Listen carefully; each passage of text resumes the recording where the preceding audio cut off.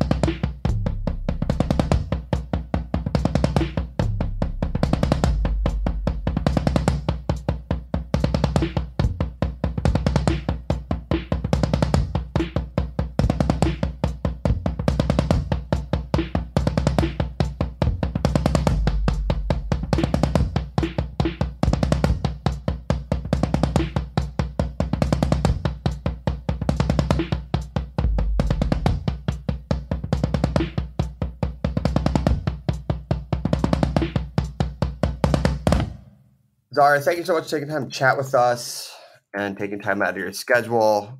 Welcome to Snacky Tunes. We're so happy to have you here. Thank you for having me. I'm happy to be here. Congratulations, executive chef Rustic Canyon. I know it's been a few months, but how does it feel to be overseeing one of the most legendary restaurants in LA? It feels kind of crazy. I think day to day, you're like so in it that I like forget most of the time. I'm just like focused on making sure that like, stations are staffed and food is right, and I'm working on dishes and stuff. So it's like normal chef stuff, and then you do an interview and you're like, oh yeah, or you like go out to eat, which is pretty rare for me. But then I remember sort of my place in the world, and it's like kind of scary, but also kind of awesome. Yeah, when the comps from the back start filling up the table, you're like, right. I want to go back a little bit. Grew up in Seattle. Mm-hmm. Was food a big part of your childhood? What do who cooked? What was eating like growing up? My parents they were like 24. I'm a twin, so they're 24 when they had us. And I am also a twin. Oh my God, crazy. Identical? Wow. Yeah. Same. Do you guys live in the same city? No, we don't. Okay. But identical twins. That's another interview. We can talk off afterwards. That's for the twin podcast. Yeah. So you're an identical twin growing up in Seattle. Your parents were 24 when they had you. Yes. So they were very much sort of like learning to cook when we were kids. And my mom, but like we still would have like barbecues all the time. Like my parents would hang out with their friends and have barbecues. So that was a big thing. And my mom's best friend is Syrian. And so like there was always like hummus and tabbouleh and like, I don't know, like the horiyatiki salad and falafel. And so some of the things like that I still love and make, I grew up eating. And then a lot of it is sort of just, I think of it as sort of an exploration of my heritage. But when we were in middle school, my parents asked my sister and I to each cook dinner for the family one day a week. So that's, I think, when it really started. And like there was a lot of like tuna niswa salads, but like, hey, it's still dinner. That's still dinner in my book. I was like, it checks all the food groups. We're good. We got greens, we got a protein, we got a nice little fat with the dressing. Exactly. And so your mother's Pakistani, your father was German, and you're talking about salad niçoise, which is French. So were you cooking food from their cultures, or were you like, I want white bread, I want PB&J, I want hamburgers, because you said you did barbecues. So how much were you embracing what they were cooking, and how much were you saying like, I want American food? Oh my God, I'm not an American food person, really. Like we grew up as like very adventurous eaters. I've been pescatarian for like 17 years now, so like hamburger I'm not even tempted by. But yeah, I think we are mostly, I don't know, we just were always into sort of like weird random food. I remember like going to school and having like my friends be like, that's what you're eating, or like my first boyfriend ever came over for dinner and he was like, do you guys always eat like this? And we're like, yeah. So yeah, that not so insulting, but also sort of like, so this is how you eat. Exactly. And it's like, let me see what you eat, Mr. Hamburger Helper, Exactly. So when you got thrown into the kitchen at a young age, and all jokes aside of the salad niçoise, did you realize that was not as common as other teenager experience, having to put food up on the table, or you're like, this is just what we do in our family, and it was sort of just normal?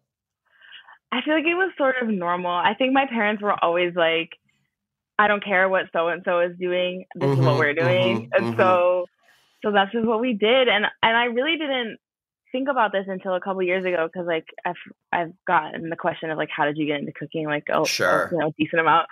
And I used to always be like, in college, blah, blah, blah. But really it was in high school when we were doing this. And then all of my hangouts with my friends would be like, if it wasn't like sports related, it was like, just come over. Like, I have this weird idea, like just hang out with me in the kitchen while I make this thing. And that was like what I would do. Which is so weird thinking back, but like that's how I have been for us. I think it's weird thinking back now, maybe a little less so with like TikTok and how popular food has gotten, but the idea of cooking for your friends as an activity and it not be something like, we're going to make mac and cheese or I'm going to bake some box brownies, but you're going to make it from scratch.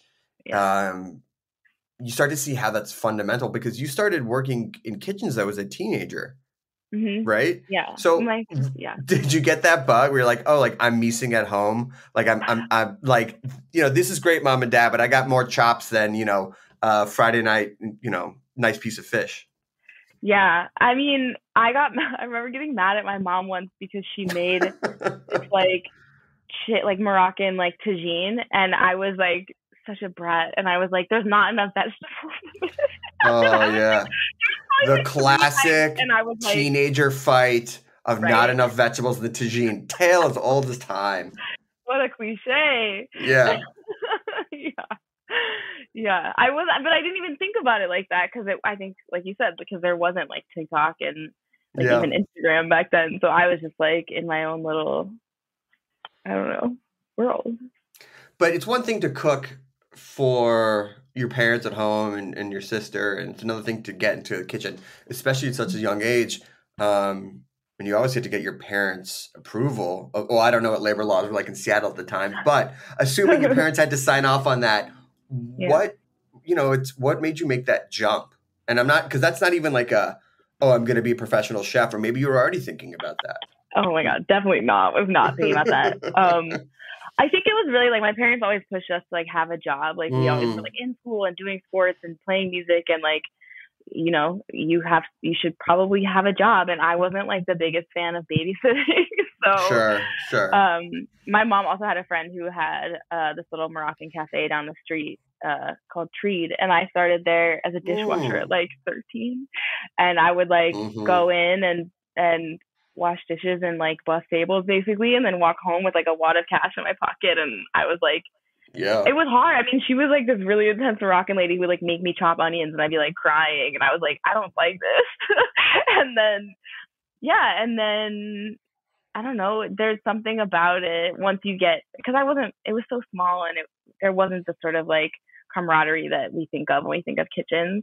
But like once I had my sort of first taste of that, I was like, okay, like this is pretty much it. And this is how my brain works. So yeah, once you get to be out with the people who have always loved the people who work in restaurants. You put a little money in your pocket, especially at a young age. It's enticing.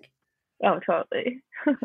Now skipping forward a little bit, because I know that you cooked all the way through college, and you became, and I've never heard this term, a self-proclaimed pizza rat, which I would love to know.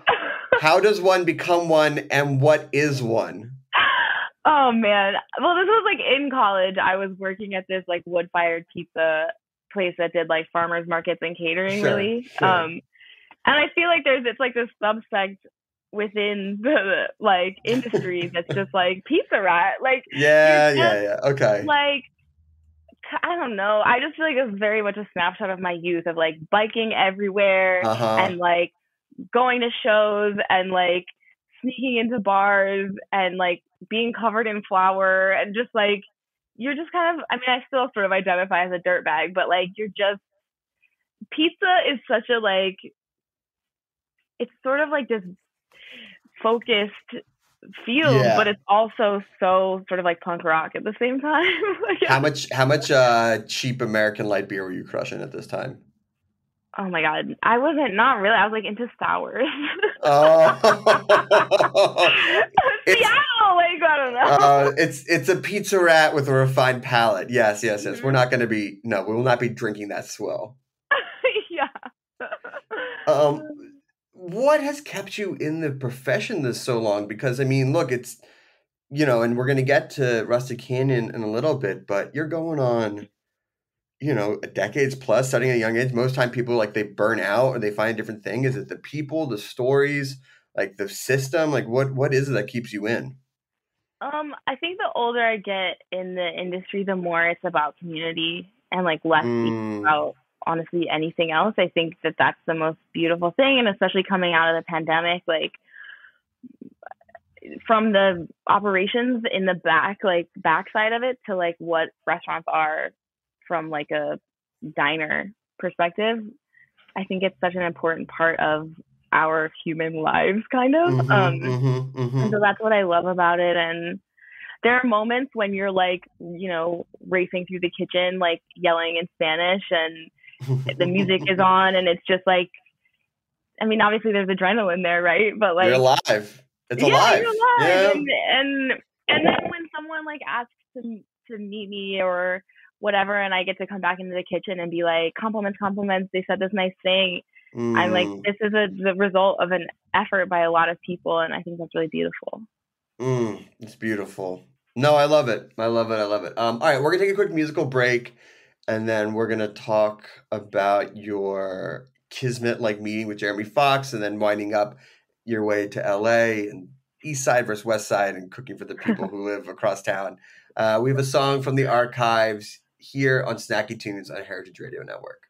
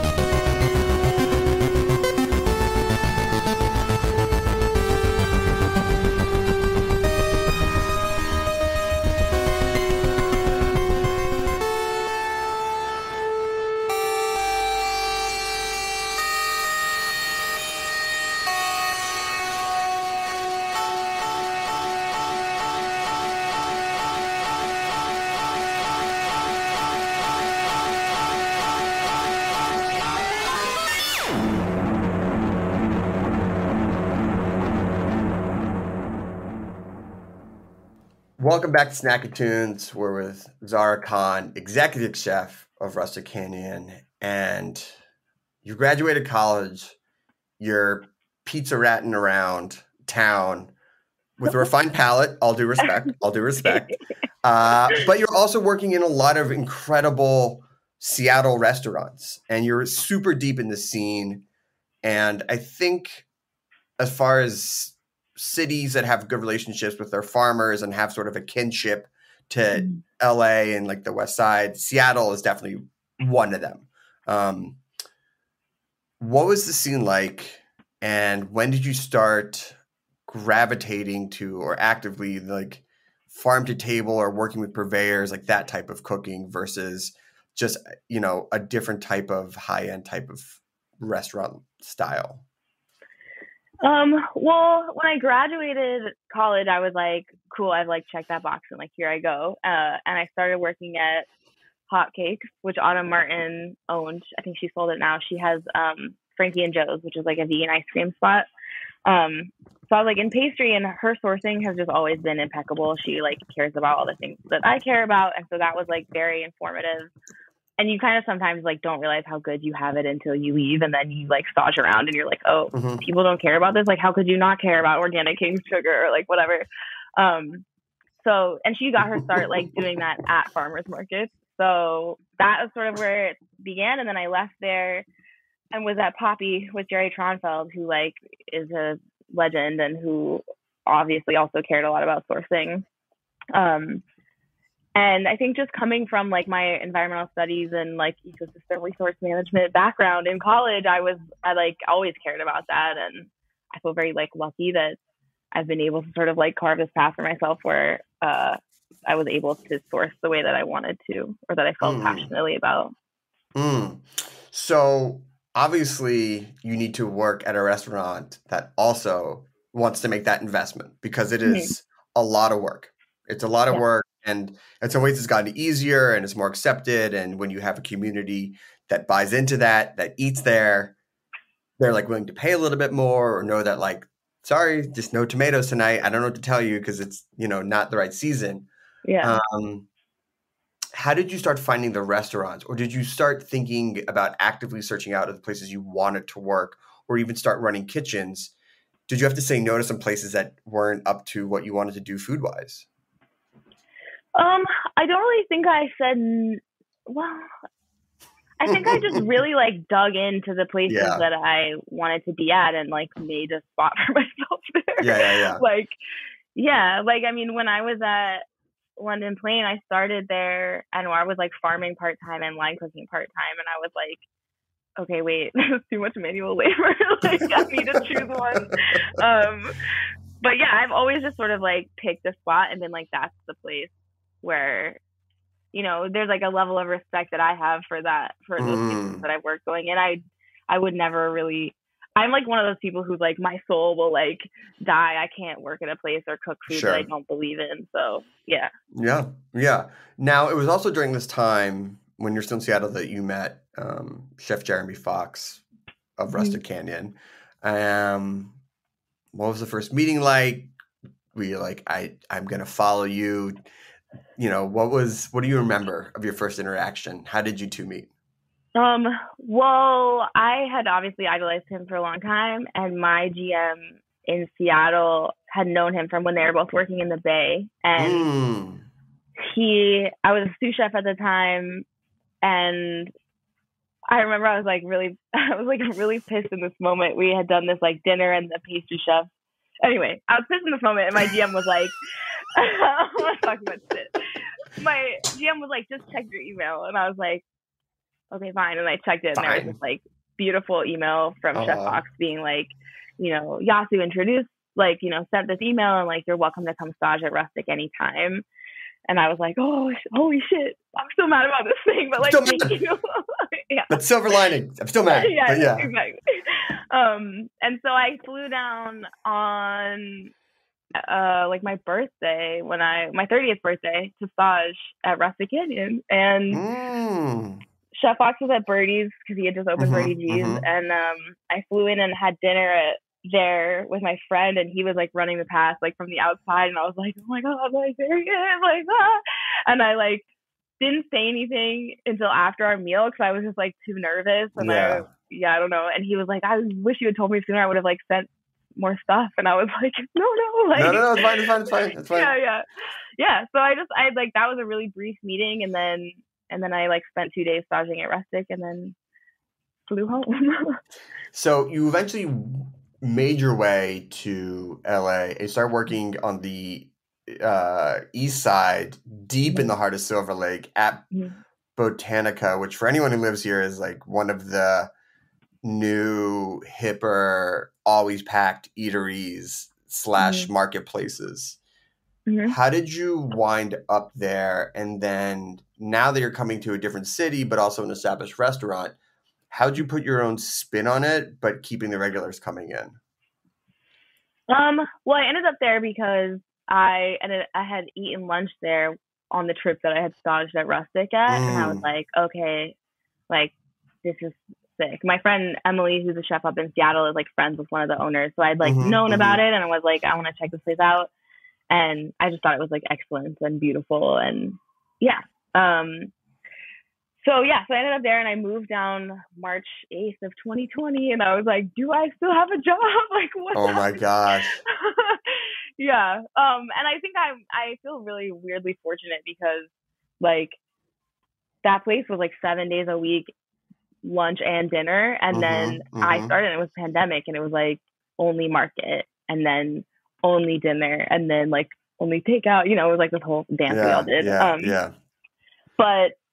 But it was only dinner and 5 days a week for like, I would say at least half the time I was there, which I think was like really nice because it allowed me to sort of focus on the menu and the food and like, staffing up. And so it felt very much sort of like opening a new restaurant. But in terms of like keeping the regulars, like Emily, Heather, and I don't think I've ever met people that are more aligned with me food wise, like just coming in. So I was really lucky coming in that like they already like fuck with my food, and we could have conversations and like get like agree on things really well. But I think to their like credit, I think it's probably incredibly hard to open a business and not be the chefs, and then like but have very strong perspectives and be excellent cooks themselves, like to try and find a chef to run it in the way that you want it to be run. I feel like we all felt very lucky to have found each other.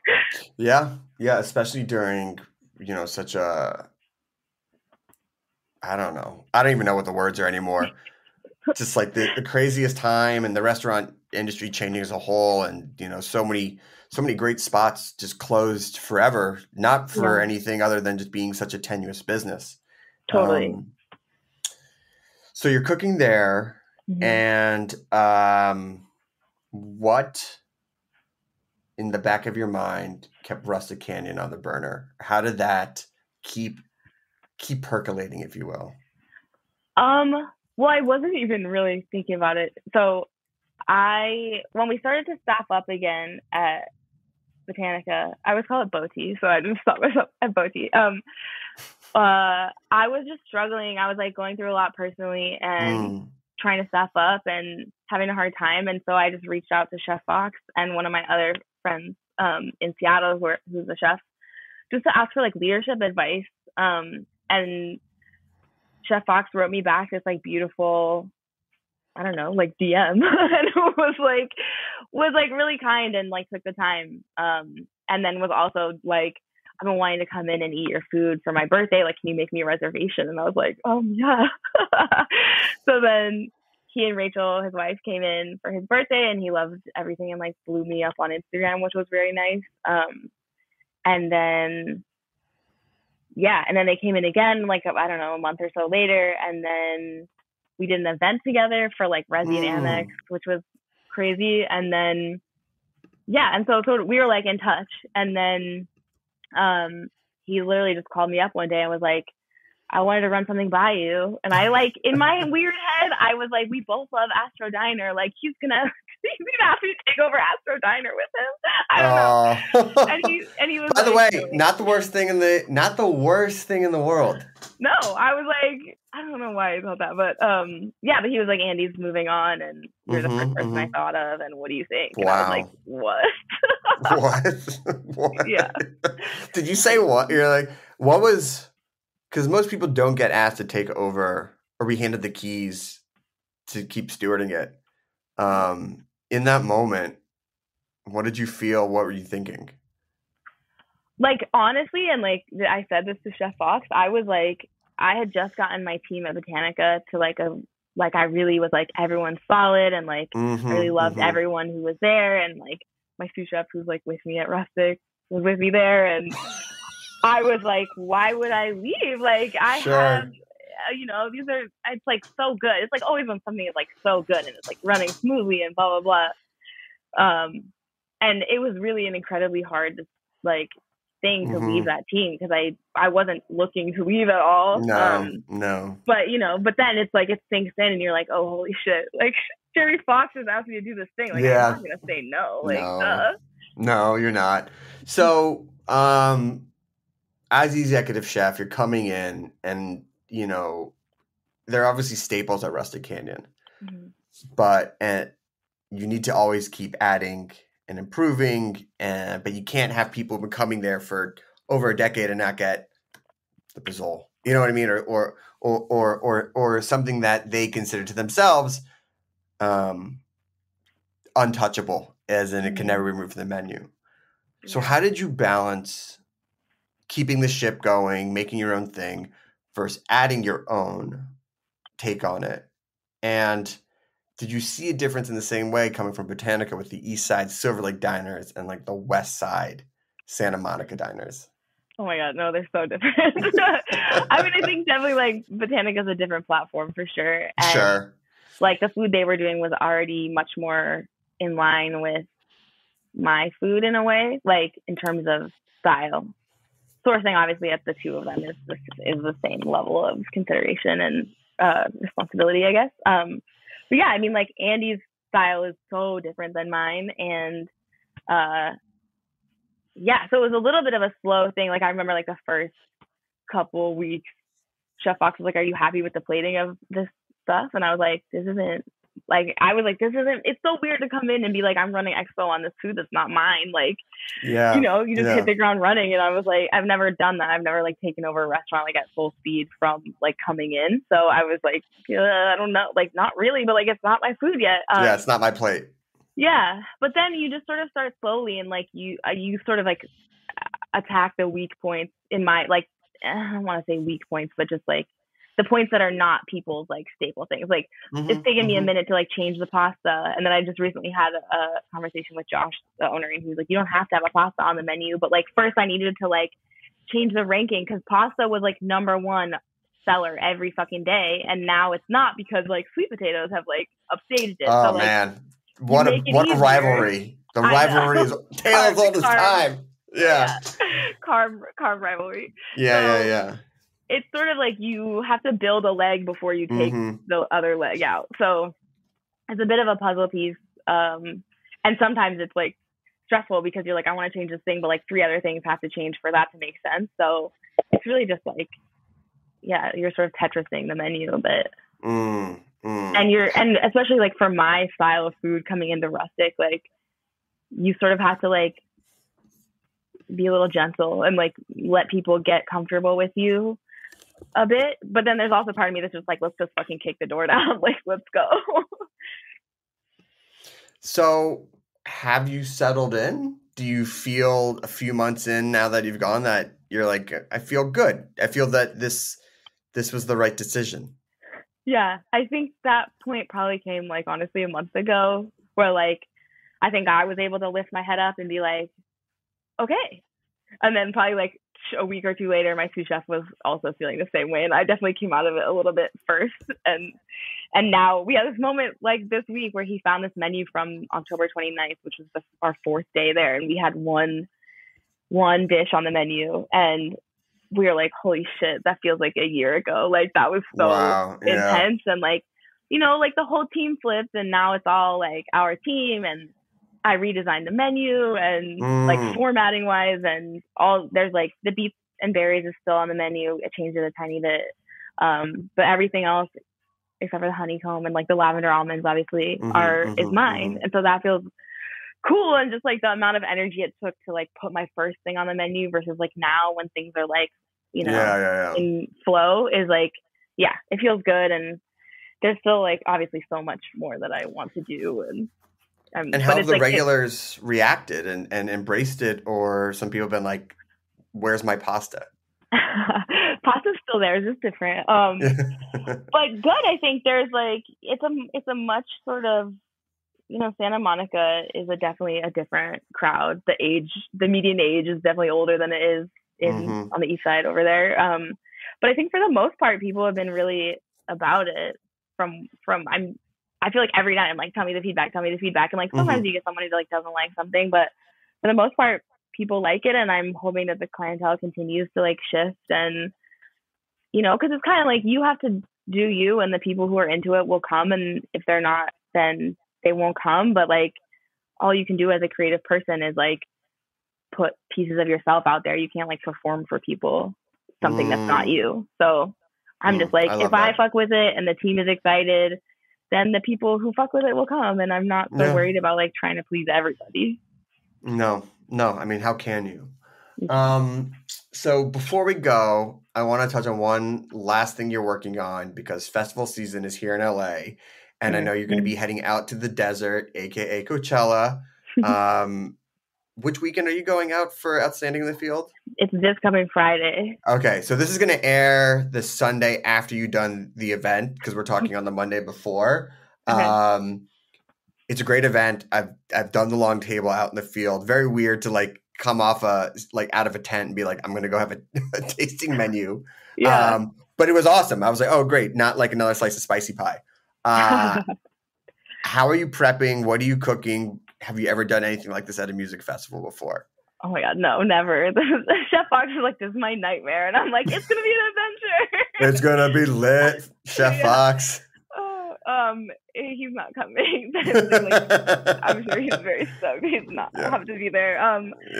This is definitely the most people that we've cooked for, but I have a lot of spreadsheets and a lot of lists and just prepping for like 250 people. It's really simple. It's like 4 courses, so it's not nothing crazy, and just like, sort of like lining them up and then knocking them down. And when we get there, my goal is to just be like, everything is like 90% of the way there and we're just executing. And I have like a lot of wonderful people helping me.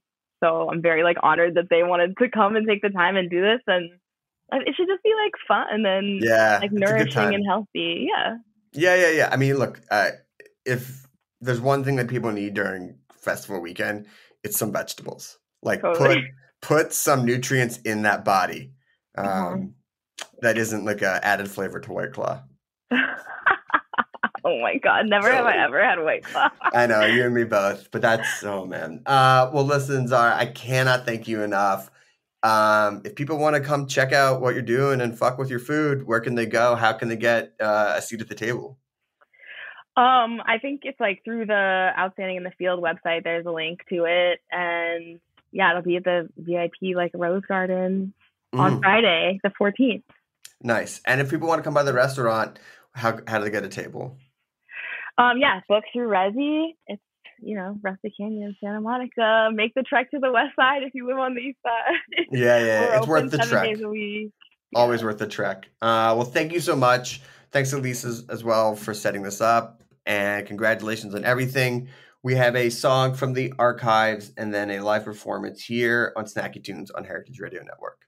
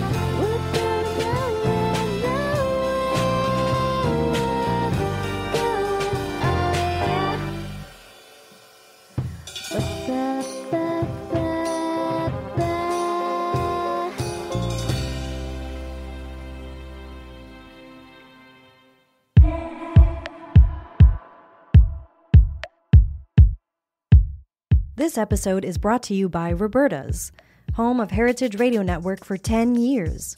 Roberta's was founded in Bushwick in 2008 and has become one of the most iconic restaurants in the country. HRN made its home inside of Roberta's in 2009, and together they have become part of the DIY fabric of the neighborhood. Roberta's, the pizza restaurant, is open for lunch and dinner 7 days a week and serves much more than just the famous wood-fired pizzas. Their team dreams up new salads, pastas, and sandwiches on the regular. Roberta's Tiki Bar is alive and well in the back garden, serving up frozen drinks in the summer and hot toddies in the winter. Stop by the bakery and takeout spot next door for fresh breads, sticky buns, and pizzas to go. And of course, there's the 2 Michelin-starred Blanca tucked away in the garden for truly daring diners. But Roberta's also extends beyond Bushwick, with multiple locations in New York City and now in Los Angeles. You can also find their frozen pies in grocery stores around the country. The spirit of Roberta's, like Heritage Radio Network, is everywhere. Here's to many more years of pizza-powered radio. Coming this spring, we're working on something big for opening soon. Opening a restaurant can sometimes take months or even years. So I have this one consulting client that's been 3 months away from opening for the past year. And I had a calendar reminder show up today, and the reminder was that our goal was to open tomorrow. But this spring, you'll be able to hear it in just a few hours. On March 30th, he had passed away, and then on March 31st, he had come back to life. And then on April 2nd, he had passed away again. And I was like, okay, my regards to the family. I don't even know how to receive this information. So tune in as we follow one of Brooklyn's best and brightest young chefs and restaurateurs on their journey from start to open doors. Alex, you need to put more money in. We're out. We can't pay anybody. He is the worst. Oh my God, that guy. It's The Build. Subscribe to Opening Soon from Heritage Radio Network, wherever you listen to podcasts. Hello and welcome back to Snacky Tunes. I'm one half your host, Darren Bresnitz. We are sitting in the legendary Danger Bird Record Studios in gorgeous Silver Lake, and we are joined by the illustrious Coleman, Zurkowski, and Matt Lau from Brooklyn on the West Coast. Welcome to the Tunes. How you guys doing? Fantastic. How are you, Darren? I am good. I'm good. How was the show last night? The show was incredible. I could say a lot more, but it was... We're going to get into it. Okay, We're going to talk about the show. We're going to set up. That was just a pleasantry. Yeah, definitely incredible. So you're East Coast, born and raised, born in Baltimore? Yes. Baltimore has a legendary sort of avant-garde music scene. Well aware. That's what I'm getting to. How did that influence you growing up? Did you go to a lot of the shows, like, you know... Yeah, any of the, what was it, Otto's Bar? Yeah. That's a cool question because I've never really considered that ever. Because when I was in Baltimore, it was age 0 to 18, and a lot of that was being in bands. But I remember my high school. There was a teacher there who was very involved in the experimental music scene in Baltimore. His name was Mr. Wojo. And there was a... I mean, if that isn't a Baltimore band name, I don't know what is. And so there we had a... when the tsunami in... It was a tsunami or hurricane relief concert. There was like a benefit concert. And... For Japan? No, I think it was in... Or a hurricane? What was it in 2000... You mean Sandy? No. I'm sorry. This is unrelated, but it was the one in like 2005, 2006 in Thailand? Indonesia. Okay. Regardless. But we shouldn't be disrespectful of it. But yes. We had a benefit concert, and this guy played the benefit concert, and he was a teacher. He was like a philosophy Harvard scholar, and he did this concert where he wrapped himself in Christmas lights and was just screaming into a microphone. Yeah, that sounds about right. With an upright bassist and just like feedback. And I was just totally blown away because I was 15 years old and I thought it was the most insane thing I've ever seen. Everybody hated it. But now that I think about it, I think that's had a huge influence on just thinking outside the box in terms of music. Well, I mean, you also have guys like Dan Deacon. Yeah, who, of course. Yeah. To me, sort of speaks to your music, which is taking this electronic vibe and bass, but then also having a bit more like larger orchestrated sort of like scoring in what you've been doing as well. Yeah. And I think that seeps in. Yeah, absolutely. Well, and I actually didn't even know Dan Deacon until I went to college and I had left Baltimore, and I remember thinking, oh my gosh, I can't believe I missed out on all this music when I lived in Maryland. But I would still say it's just, I think what is true is that culture is very present there. There's a very outside the box culture. I mean, John Waters, that has also been a huge influence as an artist too. Yeah, I mean, Baltimore's got a lot of art, a lot of heart. Definitely the most fervent fans of a city, of people who live there, but Yes, also this the like culture's underdog, so like balance. yeah. So then, what brought you to New York? Well, so I grew up in Baltimore, went to college in Chicago for my undergrad at DePaul University. Chicago, another great music. Yeah. More Midwest heart, though. I mean, Yeah. to me, that's like the Braid, indie rock, Captain Jazz. Yeah. Sort of like Definitely meat not and potatoes, but also but that also is like the Joan of Arc weirdness as well. Yeah, but I would say that was more like the people around me. I mean, I played in a black metal band. And I also played in just punk and black metal bands, but I was studying classical music in school, and I think both of those have had a huge influence on my music. I mean, that's pretty amazing to be studying that, but then also, was that a unique situation where you were playing in these black metal punk bands and things like that, and a classical? Was anyone else in your class like that? No, not really. And actually, that's what I felt like when I was in school. You're dropping your R's on the weekend. Yeah, exactly. I'd be like inviting people to my shows, and they'd be like, "I thought you made a different kind of music." You know? I'd be like screaming in a microphone. But again, I think it's all just music that's outside of the box. And another important influence from Chicago is the hip hop scene in Chicago. Huge, and it's very, very present. And when I was there, I got really into Juke, right?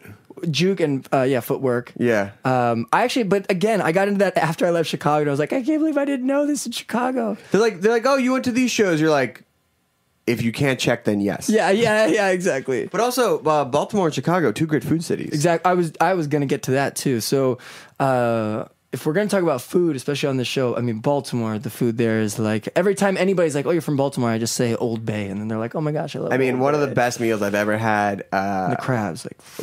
I took the bus down from New York. Mm-hmm. I was DJing at Otto's Bar. Mm-hmm. And we went to a Bricky's before it closed. Yeah. Did the whole like mallet crabs on the table. But now there's only one location, and it's like at the airport. It's like sort of weird. Well, there's plenty of crab places, and actually every summer my family and a lot of people have crab sort of feasts where like we just get a bushel of crabs and I'll crack them open. But the thing is, it's amazing I grew up knowing how to eat a crab, and it's insane to know that that's like so crazy to people, is to break open a crab and pull all the meat out and all the mustard, and it's pretty visceral. Yeah. And I remember my parents, we were in Seattle up in Pike's Place in the market, and they taught me how to do that at a young age. And all my friends who love food are into it, but you put somebody, it's like a classical kid at a punk show. Yeah, you know exactly, what I mean? exactly. You're like, I thought my crab comes in a can. Yeah, exactly. All right, well, let's get into a song, and then we'll talk a little bit more about your move to New York and some of like the commercial work you've done, because there's some good stuff there. What are you going to play for us first? Should we talk about the song a little bit? Yeah, set it up. So this is a piece from the album that I released through Danger Bird Records in February. The album is called Zero, and each track on the album is a number counting down from 9 all the way to 0. That's awesome. So the first track is 9, 8, 7, 6, 5, 4, 3, 2, 1, 0. And the album is a really deep exploration of one, sound moving into silence, but also a rhythmic pattern that's going very slowly slowing down. And so maybe you have to listen in order. Yeah, exactly. You can listen out of order, but the album has a full effect if you listen to it from front to back. Love it. And the one thing I wanted to say to listen for in this is there's a rhythm in one of the organ parts that's constantly going, and that's supposed to sort of like lock you into listening to it, as well as it's an exploration of how one thing could continue to repeat, and how if you change one element, how that could affect how it sounds. So maybe think about that. Let's get into it. Which track is this? This is 7. Awesome. Well, here we go. Coleman, Zurkowski with Matt Lau here on Snacky Tunes on heritageradionetwork.org.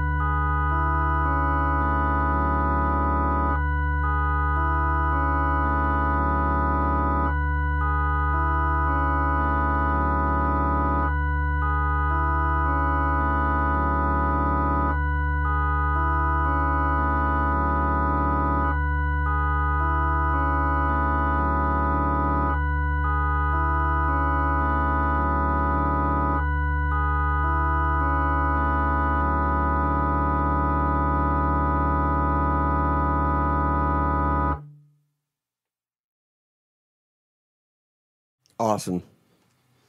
That was a really good performance too. That was sweet. Thank you for showing up. Yeah. I appreciate it. So living in New York, in addition to making your own music, you've also been doing some commercial work. Yeah. Which is really interesting because as a composer, someone does scoring, you have a chance to create original works of music. They're not just licensing songs, correct? Right. So, sometimes commercial work gets a bad name, but we also know that is what allows you to sometimes do the artistic stuff. Absolutely. So what sort of freedom, what sort of things do you love about the commercial work that you don't find in making your own music? Is there a certain freedom there? Yeah, I could talk about this for a while because I think... Great, because we have some time to fill. But in the art world, I think commercial music it has this constant bad rap, which is just like, oh, it's so shallow, it's like, why even waste your time with that? It's not expressing anything. And to be honest, my favorite part about commercial music is that it doesn't express anything from me at all. In fact, commercial work is like a craft. It's you need this track that matches this visual, make that track, and then you get notes and do revisions. And personally, I love it because it's distancing myself. I think in art, sometimes your ego can get too involved with your work, and the best part about commercial music for me is that I can completely remove myself.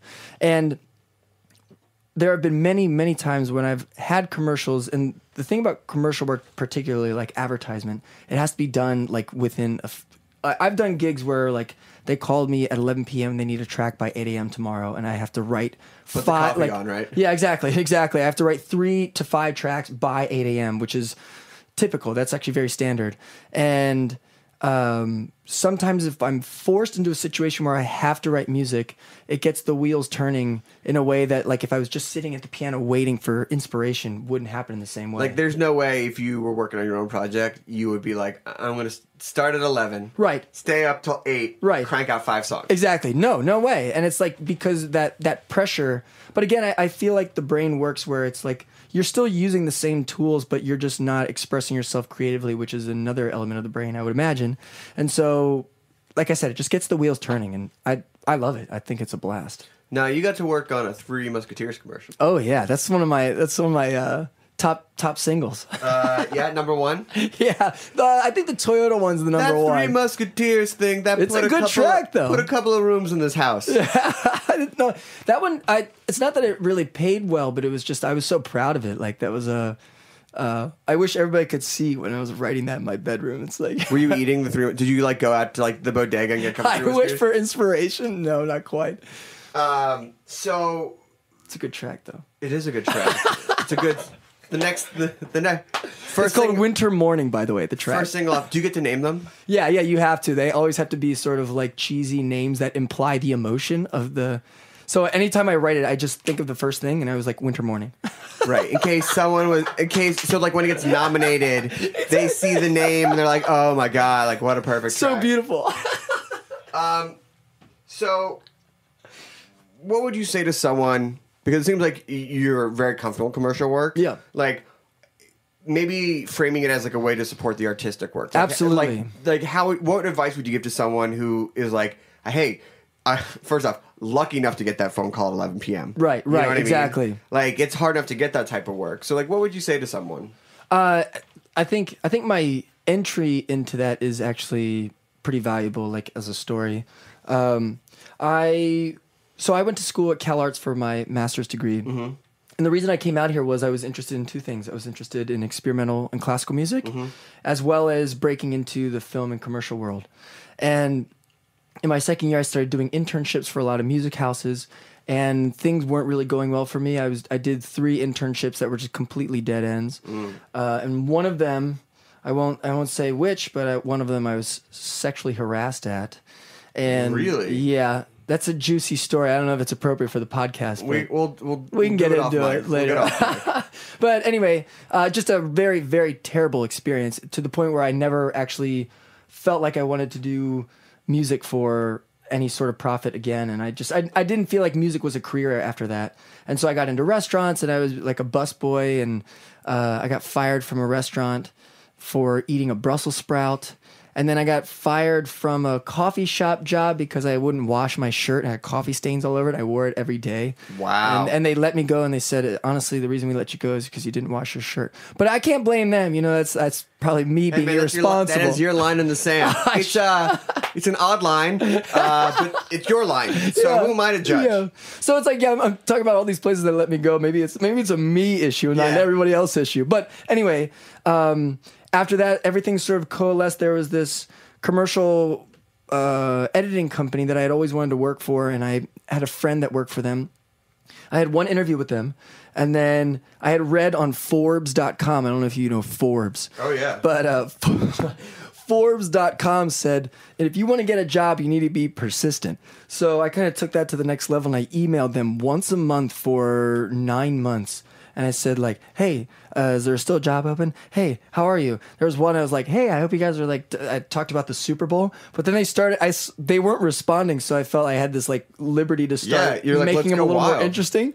So what was the 9? Just skip forward to month 9 email. Yeah. The last one I sent was, hey, I just want to, because I always thought it'd be like cool to be funny on email, but I just like didn't really take into account how it would turn out. But I said, if you guys need any hand, like if you want me to like wipe down the keyboards, give you a foot or back massage, like take out the trash, feed you, put the food in your mouth, and then just like all this weird personal stuff. And then the person emails me back, are you available?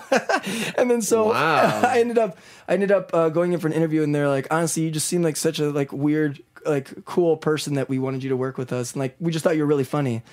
I wouldn't necessarily recommend that because that probably lost me some jobs too. the persistence is the takeaway. So hold on, if you don't mind me finishing the finish story.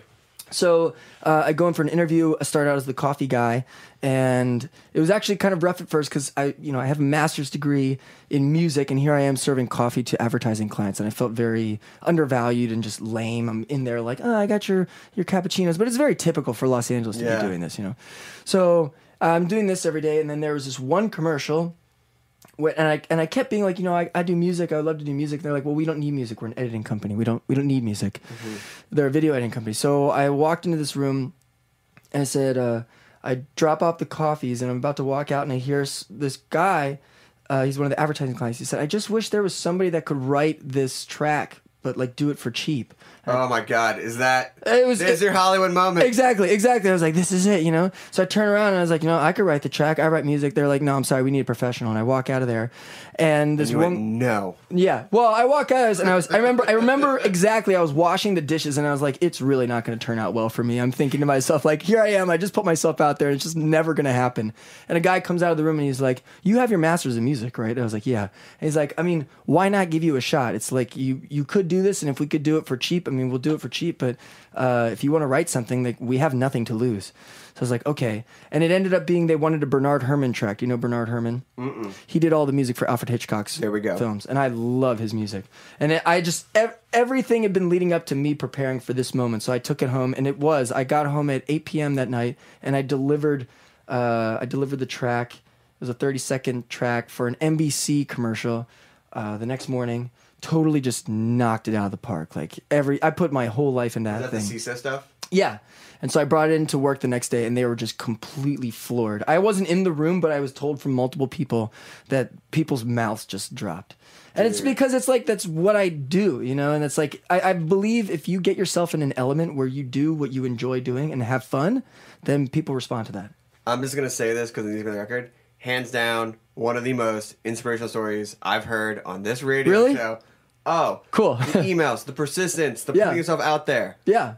Let's hear another song. Oh. Ooh, that was a good story. Cool. On the record. That's the story you send to your mom. Yeah. No, I will say about my parents, they gave me such a hard time about studying music, and they're like, why don't you get a real job? Or, they considered me getting a real job. Getting another degree. And then as soon as I got that commercial, they're like, we told you would make it. And it's yeah, right.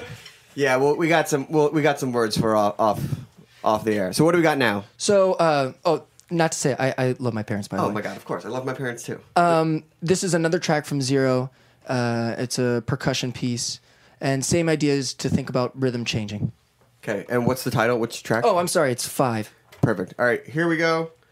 Live on Snacky Tunes on heritageradionetwork.org. Coleman Zurkowski with Matt Lau, Dangerbird Records Studios.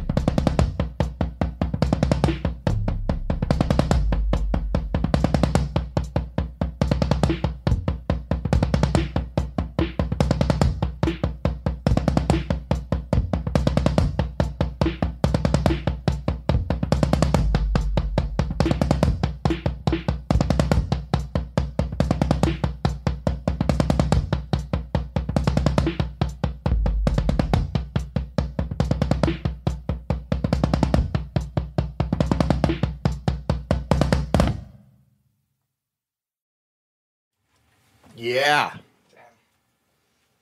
Ferocious. So you're out here to celebrate the film score turned album for the Project Zero, which was put out on Arthur King Presents. Shout out to Arthur King. Yes. And this is part of your opus of film scoring. And you've done a bunch of composing and things like that. You did for Netflix and things like that. Yeah. This is, I will say, this is a little different. This album was a flip of the script. It was an album first and then became a film. Very nice. Yeah. Way to inspire. Yeah. Real flip of the script. Yeah. What approach do you take when scoring a film? Is it a little bit more of a mix of the commercial work versus artistic stuff because you got to pull in? It's like more of a collaboration, or is it like, hey, we have a scene?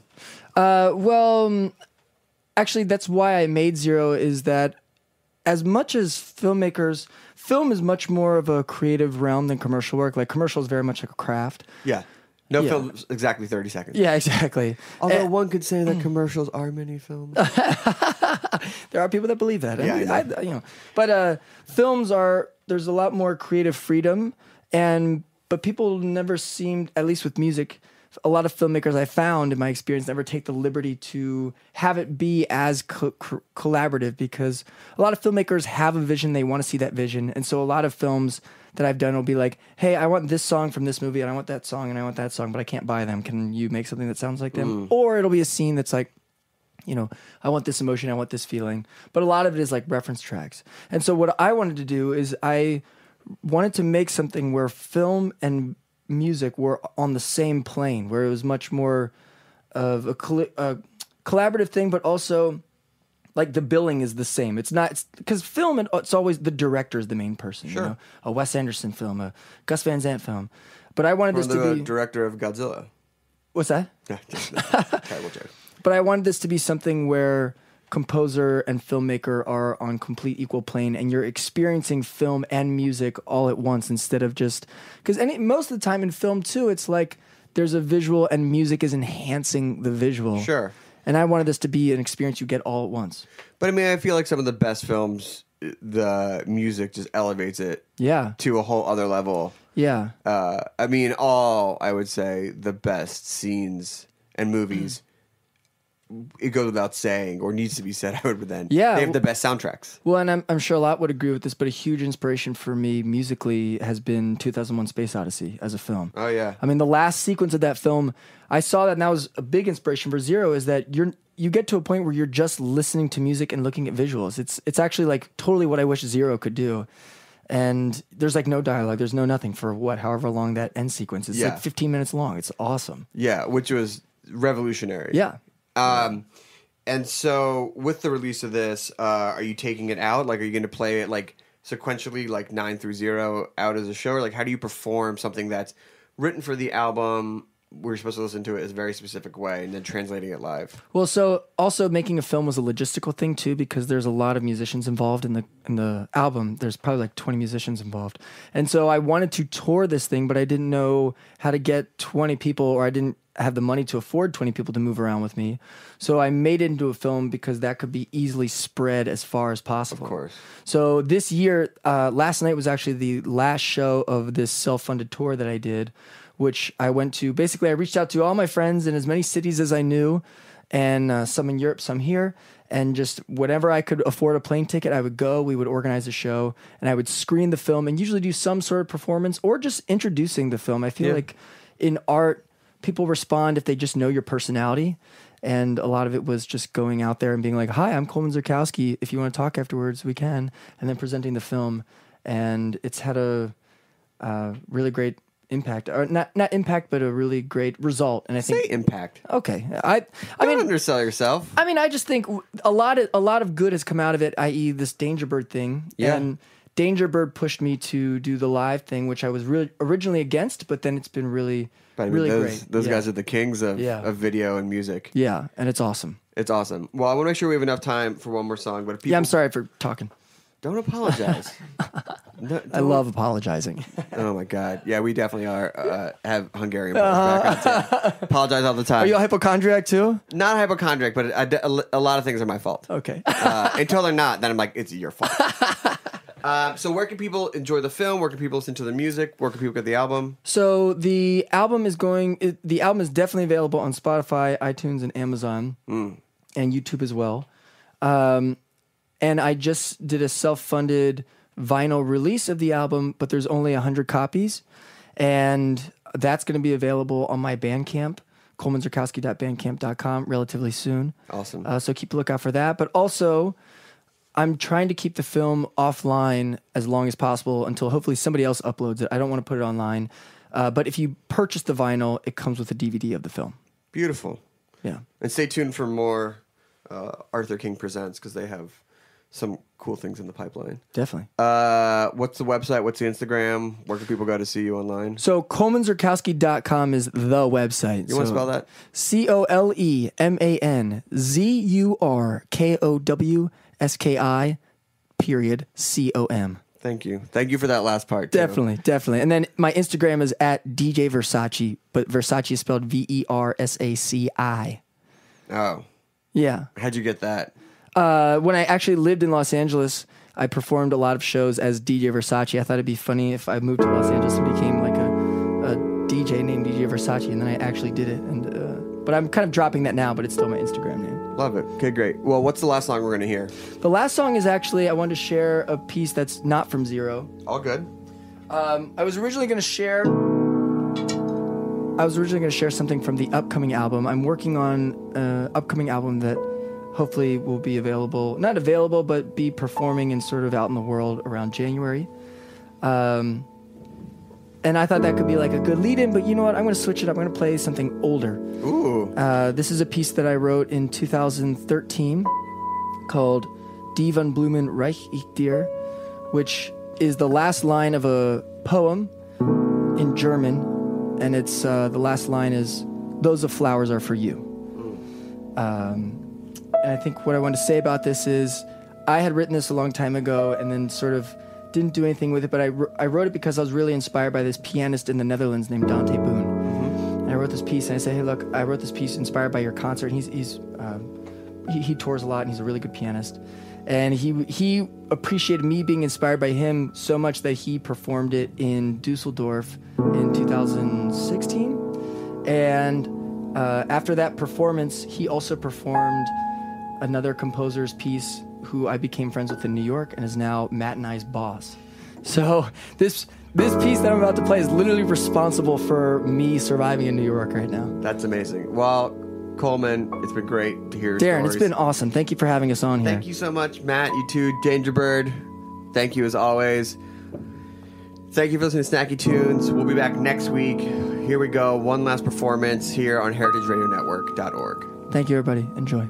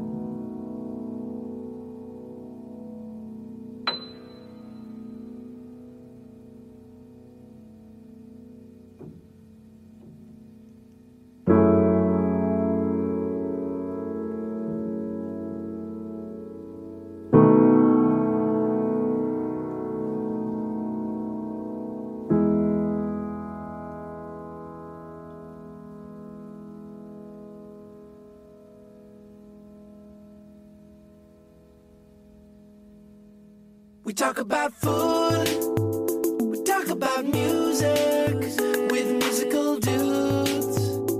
Finger on the pulse, Snacky Tunes. Snacky Tunes is powered by Simplecast. Thanks for listening to Heritage Radio Network, food radio supported by you.